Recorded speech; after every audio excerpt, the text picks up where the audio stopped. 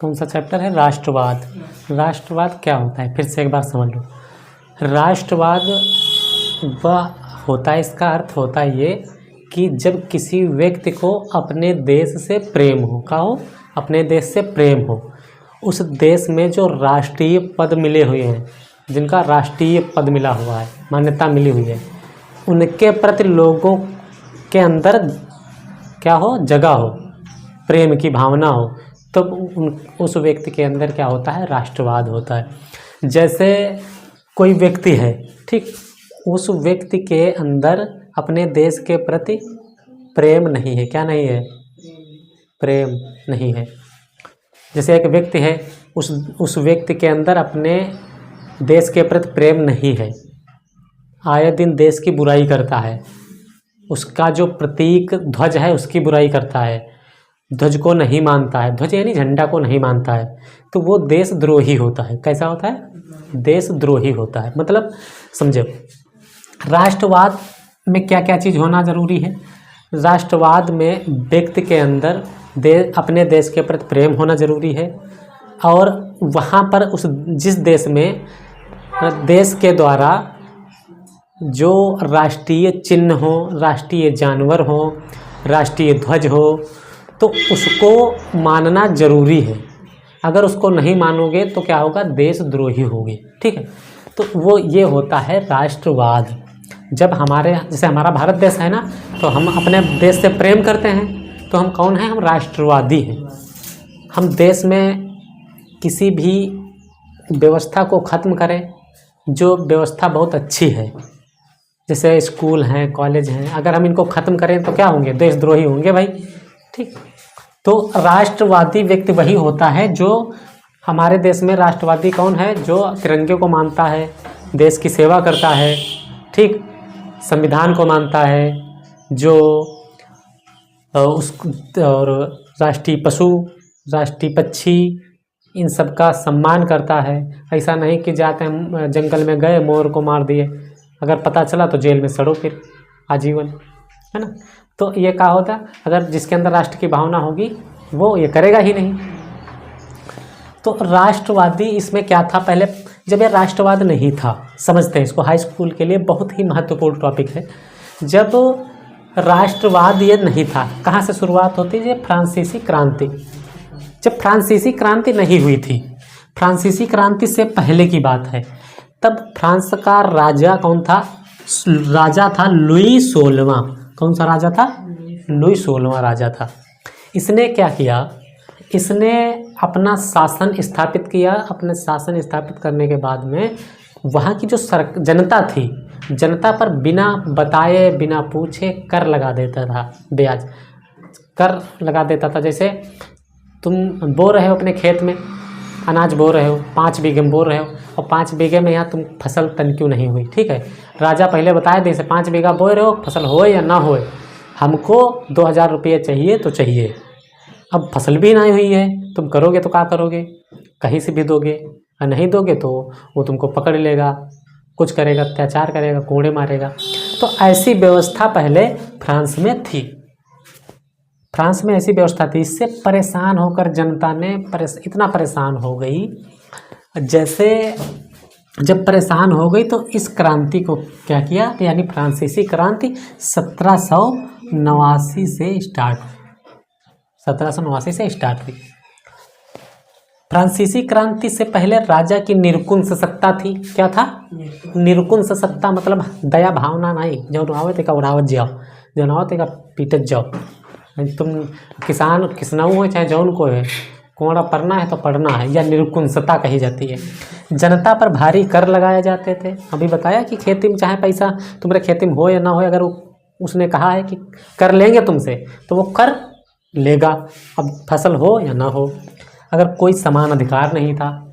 अब इसने क्या किया कि जैसे एक सामंतवादी थे, सामंतवादी जानते हो, एक विशेष समाज को एक विशेष दर्जा दिया जाता है, जो अपने आप को ऊंचे समझते हैं, और जो कमज़ोर होते हैं, जैसे किसान है, मजदूर है, ये इनको दबा लेते हैं, अपने कंट्रोल में कर लेते हैं, और ज़्यादा बनोगे तो पीटेंगे, सामंतवादी।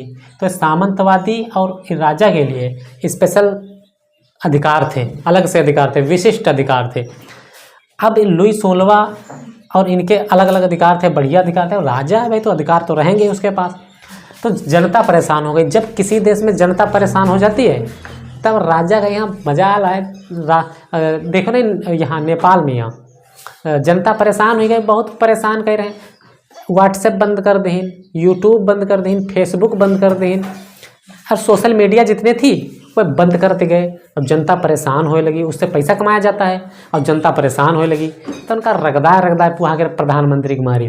जैसे प्रधानमंत्री यहाँ इतनी युवा वहाँ पूरा वो है, जागरूक है युवा, वो खूब मारे, जलाए देश, घर जलाए देश, प्रधानमंत्री आवास, इस सब वहाँ जलाए देश। भाग गए, जहाज ऊपर घर के ऊपर हेलीकॉप्टर उड़ रहा, वही में बैठे गए, तब जान बचाई। वहाँ का युवा जागरूक था, उसने सरकार केरी सत्ता अगर गलत कर रही है सत्ता तो उसको सहन नहीं किया। कितना सहन करेगी भाई। तो उसी तरीके से फ्रांस में भी जनता ने सहन नहीं किया। क्या किया? थोड़े दिन सहन करती रही, कितना सहन करे।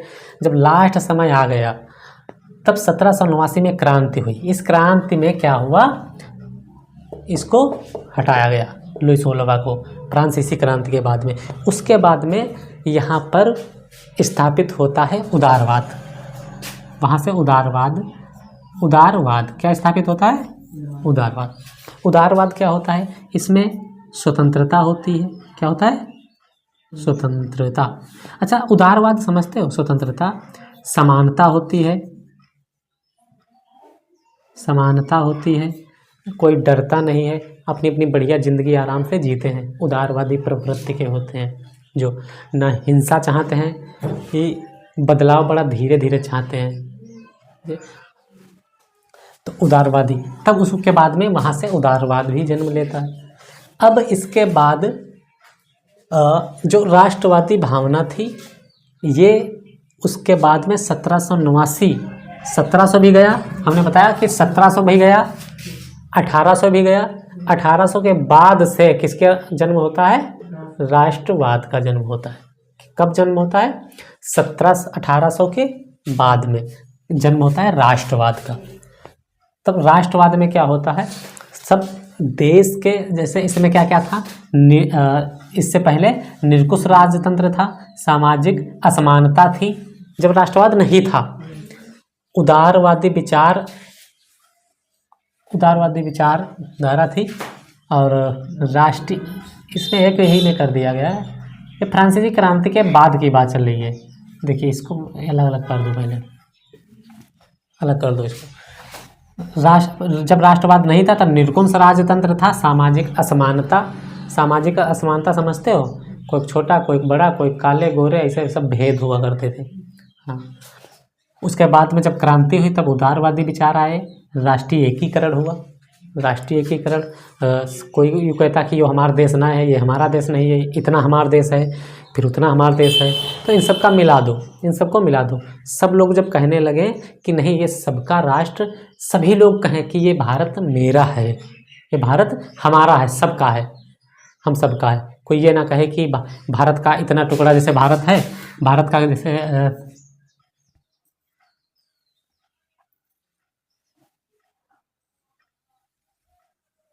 इस टाइप से है भारत देश का नक्शा बनता है। तो जैसे इधर केरल है, इस साइड कहीं के, इस साइड केरल है, यहाँ केरल है, यहाँ पर।